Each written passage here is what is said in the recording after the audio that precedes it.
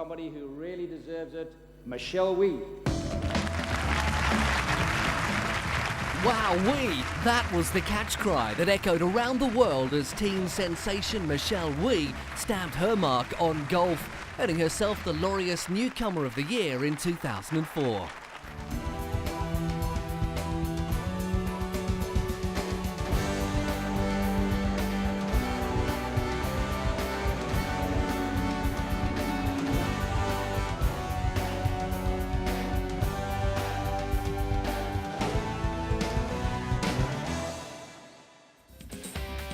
In the remote South Korean town of Janghong, the locals used to pass around the hat to help support Wee St. Gayu's granddaughter, a little girl in Hawaii with a hankering for golf.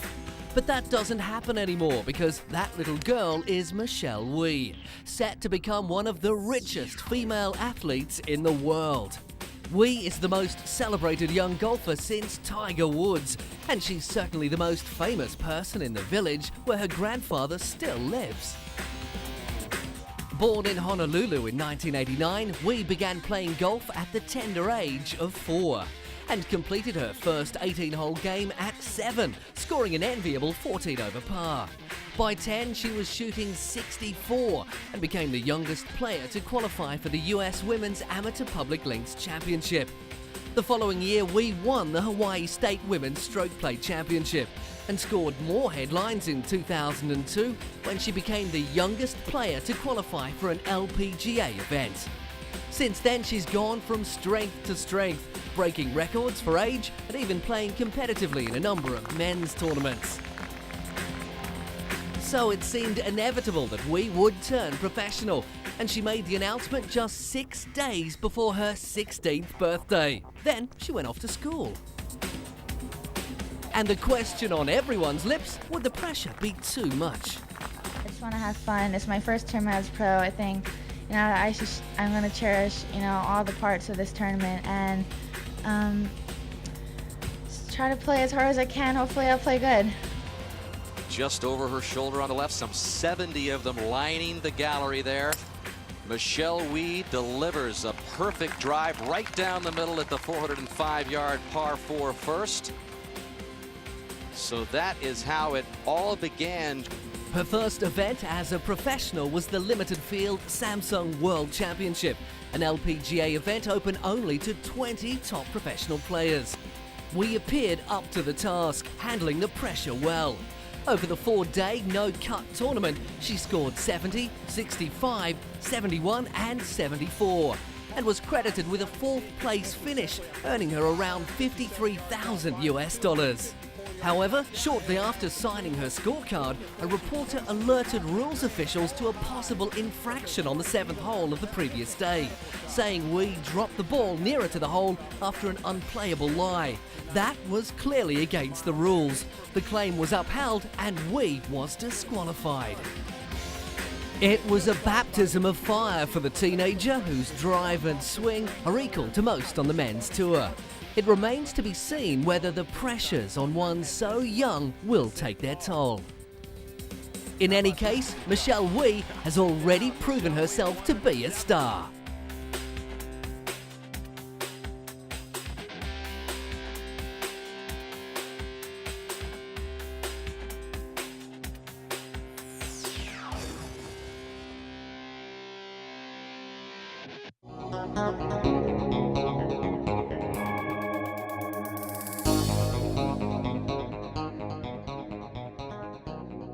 Born in Coventry, England, Laura Davies is unquestionably Britain's most outstanding female golfer of the modern era. Her power, style and attitude redefine what it is to be a professional golfer. Her place in golf's Hall of Fame is guaranteed. As an international player for Great Britain, Laura has accumulated a notable record during her amateur career. In 1987, prior to becoming an LPGA member, she won the US Women's Open after an 18-hole playoff. Her victory led the tour to amend its constitution and grant her automatic LPGA membership.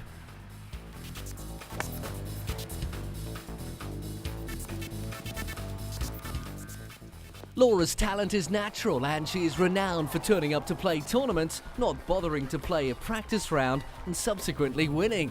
She is the only professional, male or female, to have won on 5 different tours in the same year.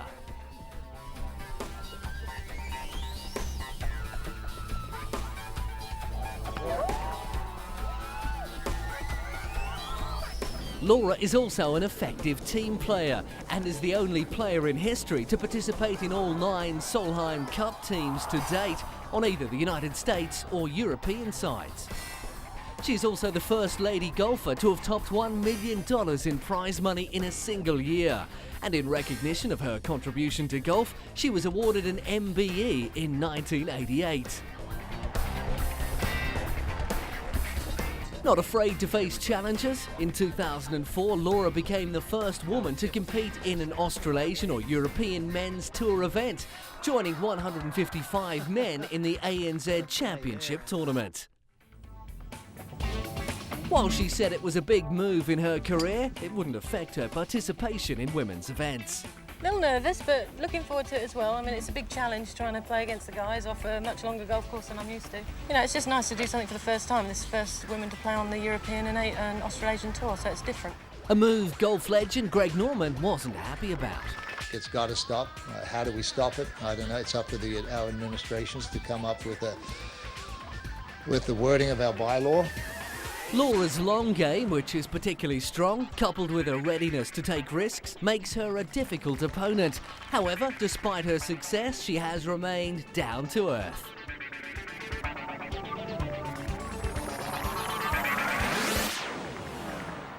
Laura has been a crowd favourite since she became the first European player to be ranked #1 in the world.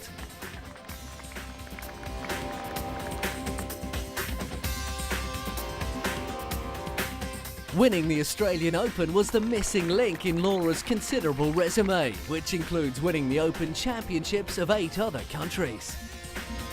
So this is a tournament I would love to win. I've won the Masters but never won the Open. I've won a lot of Open Championships around the world. In 2004, she finally succeeded, and the victory, her 66th career title, continued her streak of winning every year since turning professional in 1985.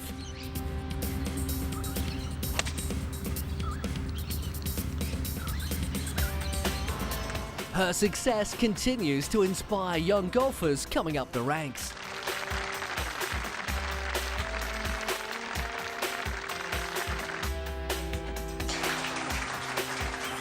Laura Davies is recognised as the groundbreaker of Britain's female golfers, and her achievements are a testament to her continued outstanding career and to her impact on ladies' golf around the world.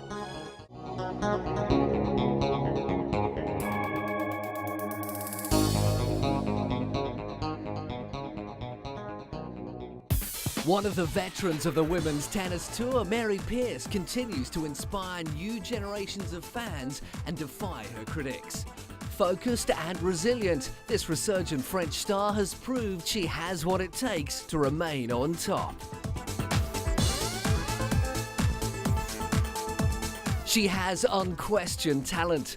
When not hampered by an injury, the blonde bombshell is one of the most powerful players on the tour. Mary made her professional debut at the tender age of 14, a record that stood until Jennifer Capriati broke it in 1989. In 1995, she won her first Grand Slam title in the final of the Australian Open. The dream of winning for her native France was realised in 2000 when she won at Roland Garros in Paris.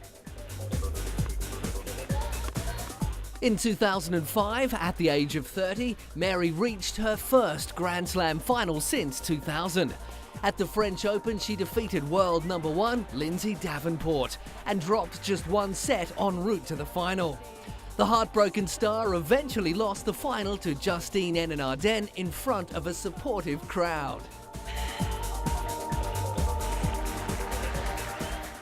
The disappointment at losing became too much after the game, with Mary breaking down as she addressed her fans. She managed to overcome her disappointment with impressive victories over quality opponents and even scored a couple of titles along the way.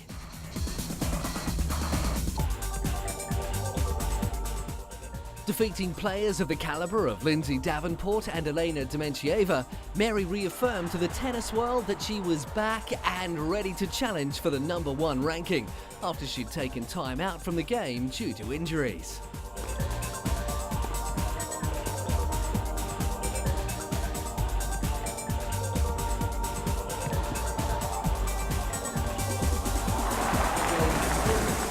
Known for her hard and clean ball striking ability, Mary remains a favourite with tennis players and fans, with her intensity raising the game and opponents to new heights.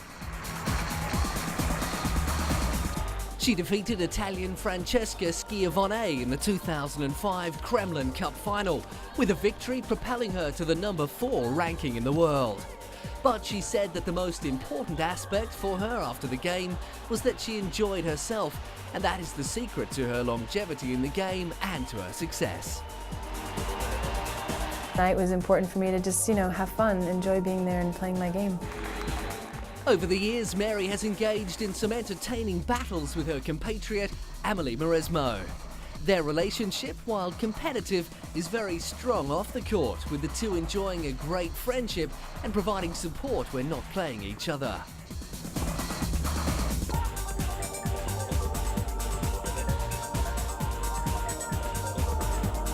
After again suffering from debilitating injuries in 2006, some were led to question if retirement would soon be on Mary's mind.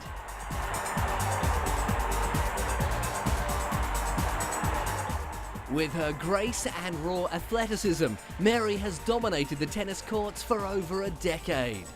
She has prospered in the game and will take her place in tennis's history books.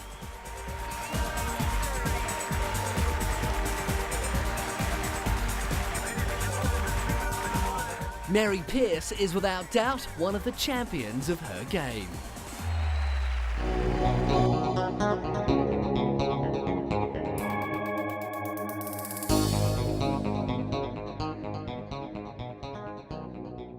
In 2003, she was Women's Tennis Association's Newcomer of the Year. The next year, she was their Player of the Year. In 2005, she was Forbes magazine's highest paid female athlete and one of People magazine's most beautiful celebrities. Also in 2006, she was one of FHM magazine's sexiest women. Who is this talented, rich, beautiful tennis player? Who else could it be but Maria Sharapova? In 2006, Maria posed for the Sports Illustrated swimsuit edition. No, I definitely don't think you'll see me doing this very often in my career. But like I said, it's an honor to be in a magazine of such prestige, and I'm honored to be in it. So, but I don't think you'll see me doing photo shoots and bathing suits very often in my career. Maria's photo shoot made quite a splash, having been photographed by legendary Sports Illustrated photographer Walter Luz Jr. The Russian superstar appears in the magazine alongside 25 of the world's top models. But don't go thinking Maria is just a pretty face. When she gets on the court, she displays the power and accuracy of a tennis veteran, surprising all when her true age is revealed. When it comes to proving that she has what it takes, her on-court maturity, her extensive Nike wardrobe, and even her famous high-pitched squeal contribute to this young Russian success.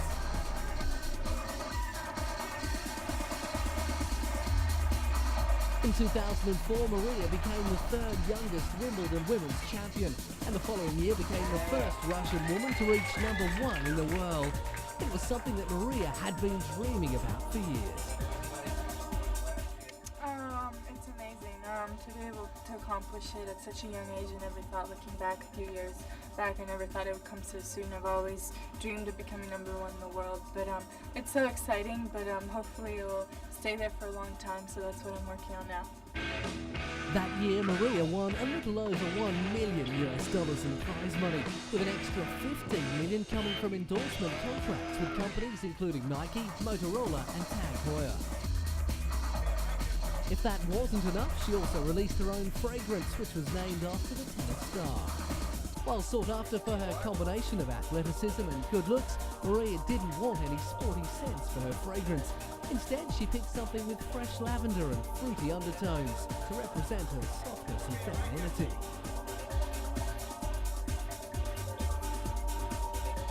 Despite all her pursuits off court, when she's on it, she has only one thing in mind, and that's winning. Her interest in tennis began when she was young, after she was handed a racket by the father of another tennis great, Yevgeny Kafelnikov. A few years later, her parents were urged to take Maria to the United States to get her some serious coaching.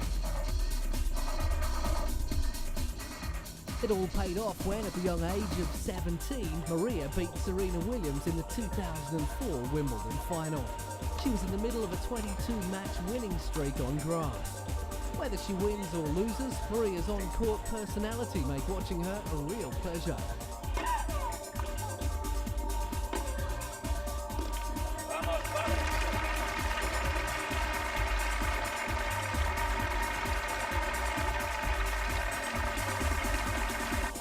This blonde-haired beauty has taken on the challenges of being a tennis pro and a fashionista in her stride, conquering it all with endearing sincerity and charm.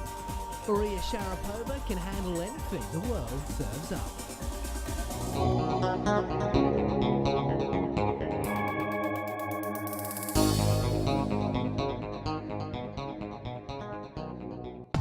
This shy Swede dominates her sport. She practices with Tiger Woods, is praised for her consistent swings, and is widely regarded as the best female golfer ever. She is Annika Sorenstam.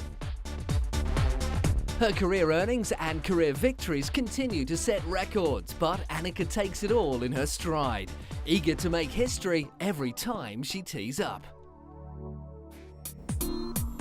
Annika is famous for accepting an invitation to play in the Colonial Golf Tournament, for being the first woman to ever shoot a round in the 50s, and for openly talking about her ultimate goal, her Vision 54, the perfect 18-hole round. Since first stepping onto the green, Annika has surpassed all expectations, reaching new highs that, a few years prior, were considered unimaginable. Her amazing efforts are frequently recognised, and in 2004 she was named Sportswoman of the Year by the Laureus World Sports Academy. And she had this to say. Well, thank you very, very much. This is really a great honour and to achieve this award, and I want to first apologise for not being able to be on this special day. Annika first played golf in 1982 at Bro Balsta near Stockholm. In her early years, she talked of being a fighter pilot and played a variety of sports, including tennis and soccer. She qualified for the tour on her first attempt. In 1994, after 3 top 10 finishes, Annika was named the Rolex Rookie of the Year. She's now a dominant player and is universally regarded as the top female golfer in the world. Whilst in the past she has admitted to wanting to win too much, she also claims to love the pressure. She even boldly pronounced at the start of 2005 that her goal was to win all 4 major titles in one season. After winning the Kraft Nabisco Championship and the McDonald's LPGA Championship, she was on track, and in doing so became only the 7th player to win the first 2 majors of the year. Her second win made her the first player to win the same major 3 consecutive times. We'll have a good look at No Surprise. When she went on to win her 3rd major title, she admitted to feeling the pressure, but after she won 6 of her 8 tournaments that year, was ready to take on the challenge. You know, I think disc golf is such a mental game, and I'm trying to keep my emotions intact. I'm just trying to focus on the things I know I can control, which is the shots that I'm going to hit. You know, right now, the way I look at it, my golf ball has no idea where I'm at or what it's going to do. So I'm just trying to hit the shots that I need to do, and not to think too much about the consequences, not to think too much ahead of myself. I got to stay in the present and do what, I got to, enough talking really. Now it's time to play. Unfortunately, she didn't reach her 4 major titles goal, falling short by 2 titles. She still, however, sets high goals. In 2003, the Swede became the first woman to play in a men's PGA Tour event since Babe Zaharias in 1945. Under unprecedented media coverage, Annika missed the cut by 4 shots, but the experience made her an even better competitor. In 2006, she won her 3rd US Women's Open Championship and 10th major title win, tying her with her training partner Tiger Woods. Annika Sorenstam says that the golf course is her sanctuary and it's a place in which she continues to thrive. She's in the Golf Hall of Fame, is ranked as the highest earning female golfer and will no doubt continue breaking records for years to come.